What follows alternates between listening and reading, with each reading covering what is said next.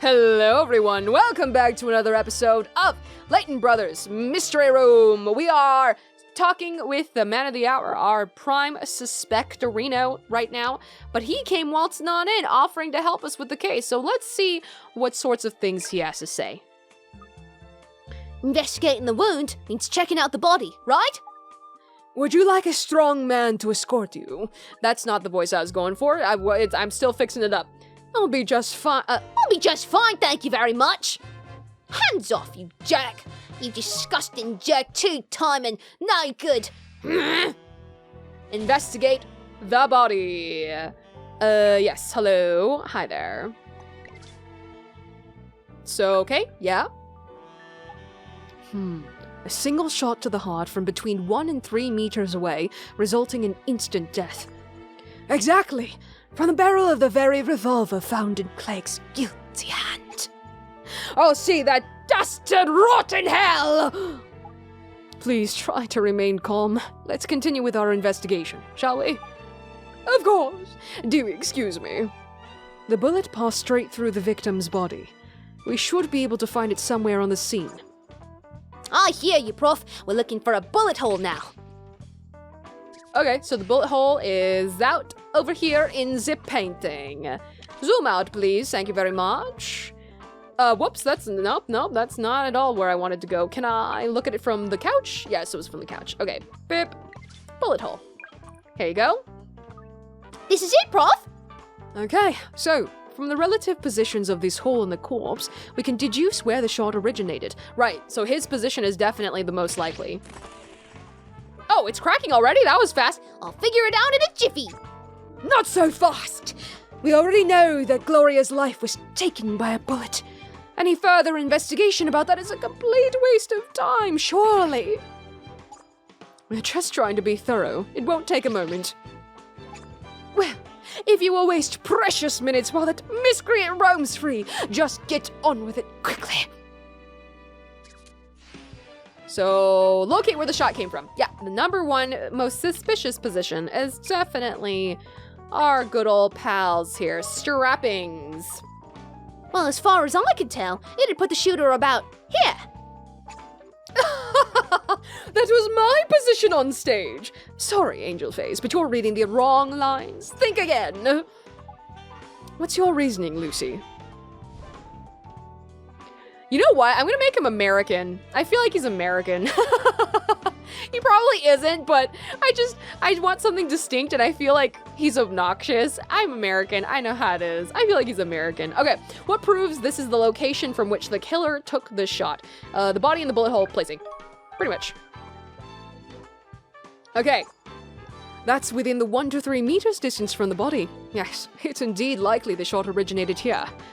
Ah, this is the spot, all right. The gun must have been fired from right here. What an extraordinary coincidence, ladies and gents. 1 in a million, the very spot I occupied on stage. Of course, it's of no relevance whatsoever. As I expected, this has all been an utter waste of time. On the contrary, this is extremely relevant information. Pardon me. When the shot was heard, it was pitch black on stage. Shooting the victim dead with a single bullet in total darkness is bordering on the impossible. Bordering on, perhaps. Yet, alack, my Gloria's life was taken with one such miserable slug. Whatever you may say now, nothing can bring my darling back. Oh, fate, you are cruel mistress indeed. No, very true. Nothing will bring Miss Blaise back to life, but the final curtain is already fallen. There is nothing more to say. Okay, the positioning has been brought out. So what about the gun here? So it has, none of the bullets were fired. But I did identify it as the murder weapon. So I'm not really sure what's going on there just yet. Excuse me. Hadn't we better look for the gun that Clegg used, eh? An excellent idea. And while you do that, I'll set about finding the way to your heart. Hey, you what? Gross. Disgusting. Get away. Gross. Ew. Away from me, thank you. Find the murder weapon. Well, it's the gun over here, but who knows? Who knows what's up with this thing? This is the weapon. I've got it! The murder weapon! This is the gun, alright!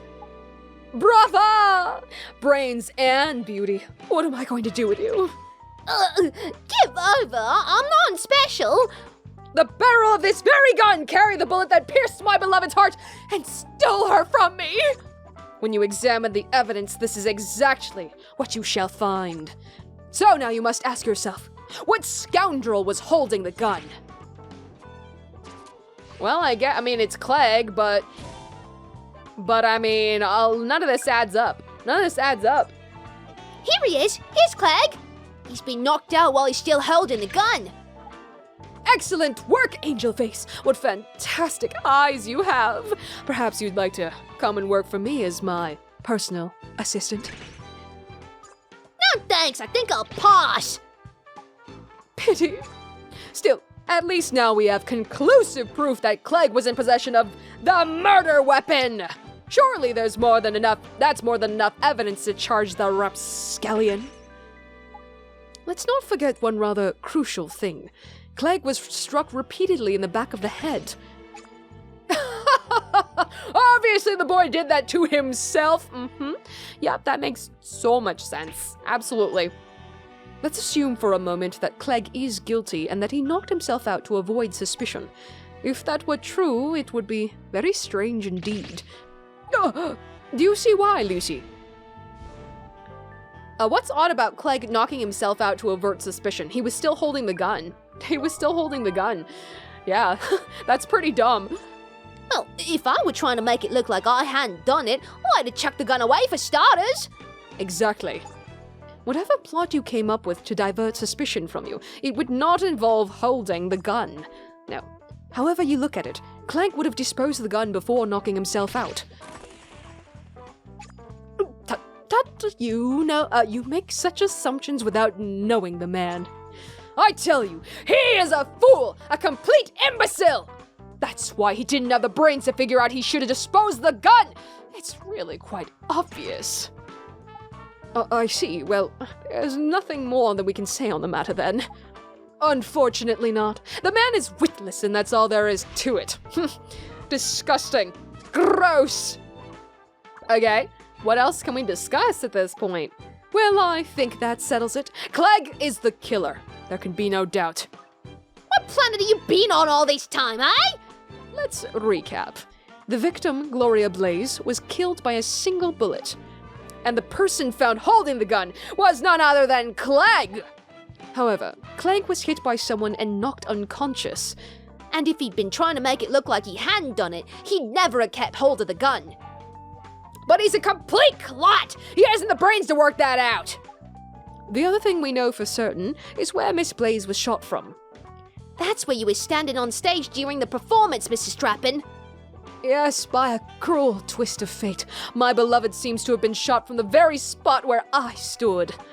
The problem is in the timing. To shoot somebody from anything other than point-blank range in total darkness is bordering on the impossible. Then it was a fluke. This is completely irrelevant. However, never mind all that! I've just remembered something of vital importance! Huh? Well, what's that then out of the blue? The death threat! There was a threatening note, was there not? Hey? Without additional evidence, you will have no choice but to acknowledge Clegg must be the killer. It seems we have some more investigating to do. Indeed you do! Find the death threat! Okay, so I get he either orchestrated this, or again, I feel like he and Destiny were in cahoots. Who even knows? If it is him, then he's too obvious. Again, like he's too obvious. He's being very evil, and he's, you know, an affair-having guy. I don't know. So Destiny knew, yeah, Destiny was also equally guilty, you know, if she was involved in the affair, because she definitely knew, you know, about the relationship he had with Blaise. So maybe she was trying to get in cozy with Roscoe to, like, get the lead role or something. Maybe that's probably what was happening. Anyways, now, picture the scene. Clegg falls in love with a beautiful Gloria, but his passion is resolutely rejected. Consumed by self-pity and rage, he sends a death threat to the poor defenseless flower. So, where's this death threat now then, hey? Somewhere at the scene of the crime, naturally. One of the detectives who came to the theater told me of it. I'm quite sure it's there. But you haven't actually seen it with your own eyes, though. I don't need to see it to know what artless, piffle Clegg no doubt came up with. Now, go and find it. Find the note that contains the incriminating death threat. Yes, let's do it. Now, artless piffle is not something I've ever heard many people saying. Maybe it's just a theater thing. Who knows? Who knows? Okay, so it's connected to her. Piffle's a funny word, though. Is it a British word? He's probably a very UK accented guy. I'm gonna make him American. I'ma do it. A typed slip of paper. Right, here is the death threat. Here, Prof. I reckon this must be the death threat, don't you think? I said here, so American. Here. Here, Prof. Here, Prof. Anyways, excellent work, Lucy. That's for the Prof to decide, Mr. Strapping, not you. You'll pay for betraying me. I see. Isn't it a bit funny that it says that? Betraying, I mean. It makes it sound like Clegg and Blaise had a fling or something. Utter tush! Gloria only had eyes for me! Okay, wait, yeah, I didn't think about the death threat. So if it was betrayal? I don't know. I don't know what to make of that right now. In that case, it seems probable that Mr. Clegg was not the author of that note. That's one possible explanation, yes. So, who were it that Miss Blaise had done the dirty on then? So if it was him she was betraying, then she was getting in a relationship with Clegg, or maybe she was getting in a relationship with Destiny? I don't know. Of course! It's so obvious! The killer must have been a member of the audience! Gloria had countless fanatical followers. Picture the scene. A fan consumed with jealousy over Gloria's engagement to me. Oh, my poor beloved! How you shook like a little lamb whenever you opened one of those tasteless letters. Or is it Destiny saying you betrayed me by taking the lead role? I don't know. This scrap of paper we've been musing over is quite obviously a death threat from an unhinged fan. Okay, for one of Blaise's crazed fans, apparently. By heck, Prof! If we had to pull in everyone from the audience for questioning, we'll be here all year! Uh-oh, there's the phone. Excuse me a moment. Yes. So, tell me, are you two... Wait, he doesn't have an accent, right. I forgot my own decision. So tell me, are you two involved? Lovers? A couple? I beg your pardon? You must be, surely! A true stallion would be sure to get a little frisky cooped up here in such a fine young filly. Yeah, definitely. Everybody's just as sex crazy as you are. For sure. Frigid Fendi, what is that? Offensive to women? If I were her, I should take it as an insult to my femininity that nothing has happened. No, that's called being a normal human being. It's called being a normal human being. You're a red-blooded male, aren't you? Gross. I hate this conversation so much. I hate it. Mr. Strapping! That were your manager on the phone? There's a famous chap who wants words with you at your office. Good gracious, is that the time? It must be the bone of a £2 billion film I'm supposed to be acting in. A bore? 2 bill? Naturally, they wanted me as the headliner. What was it now? A pirate film, I think? Are you supposed to be a Johnny Depp parody? I don't know. Well, it sounds very important. You won't want to keep them waiting, I imagine. Well, seeing as we've proved who the murderer is, I shall take this opportunity to make my exit. Alright, ta-ta then. We'll be seeing you. I'm looking forward to it already. Precious angel face. Huh, it's DC Baker to you. Adieu. Get out of here, disgusting little piece of trash. Throw it at the garbage. Gross, disgusting. That man gets right up my nose. Do you really think he did it? Without a shadow of a doubt. Okay, if it is him, it's too obvious. We haven't even gotten to speak with the other two suspects. I don't know how to feel about that. Why bother giving me so many suspects if they're gonna cut it down right away and pinpoint it to the exact person? We still have a number of riddles to solve, but he's a very intelligent adversary. Do they say adversary or adversary in the UK? Because I know we say adversary, but I've heard adversary. I'm not really sure, though. Somebody tell me if you happen to know. Oh, aye? He doesn't seem that sharp to me. He very carefully and deliberately diverts the conversation away from the most crucial point. Things ending in, like, T-E-L-Y also are pronounced a bit, like, immediately? Immediately, instead of immediately. Is it deliberately? Deliberately, and you can't really change that one. Deliberately, you can't really change that one.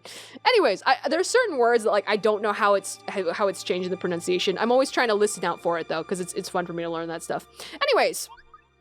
The most crucial point? What's that, then? Whether Blaise was actually shot in the dark or not.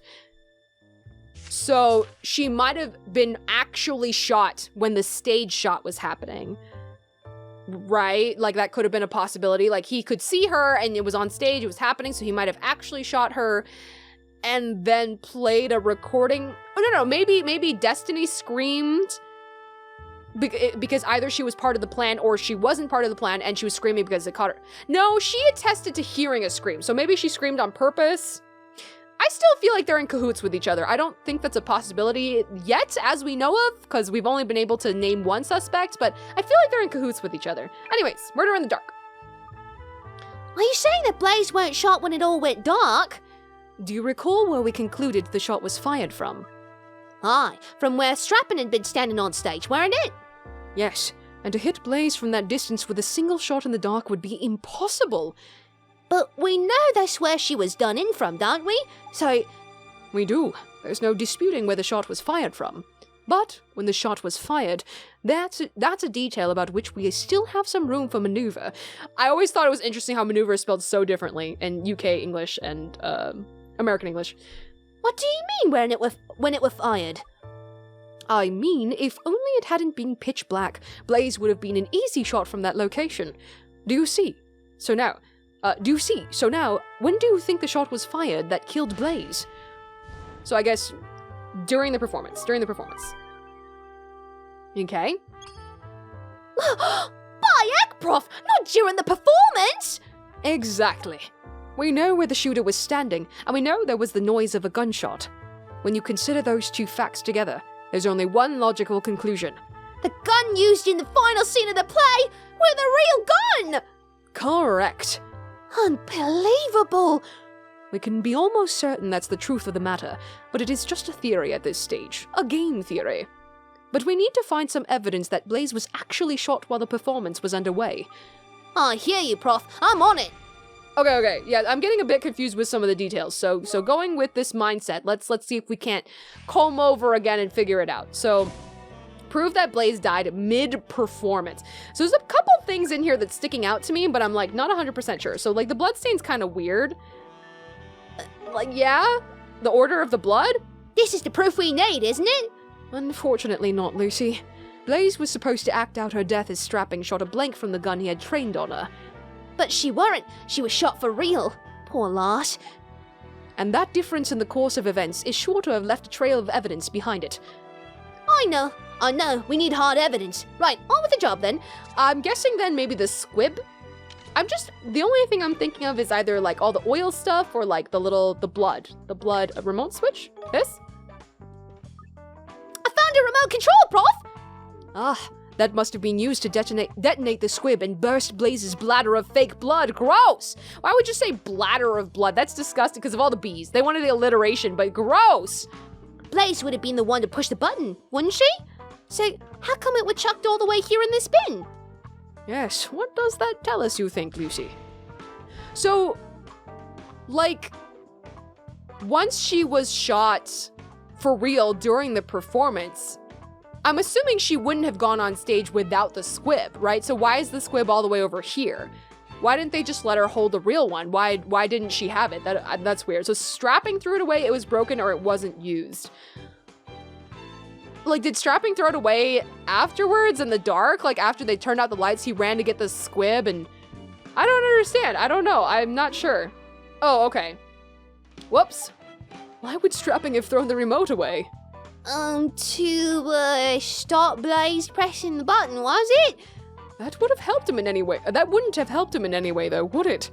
More than showing us that someone threw it away, the switch being here shows us something didn't happen. Something that didn't happen, you say? So it wasn't used. Or, okay. But why did she walk on stage without it? If the remote's here in the bin, then chances are Blaise never pushed the button at all. There you have it. Despite failing to trigger the squib, blood poured from Blaise's wound during the performance. Because she were actually shot with a real gun.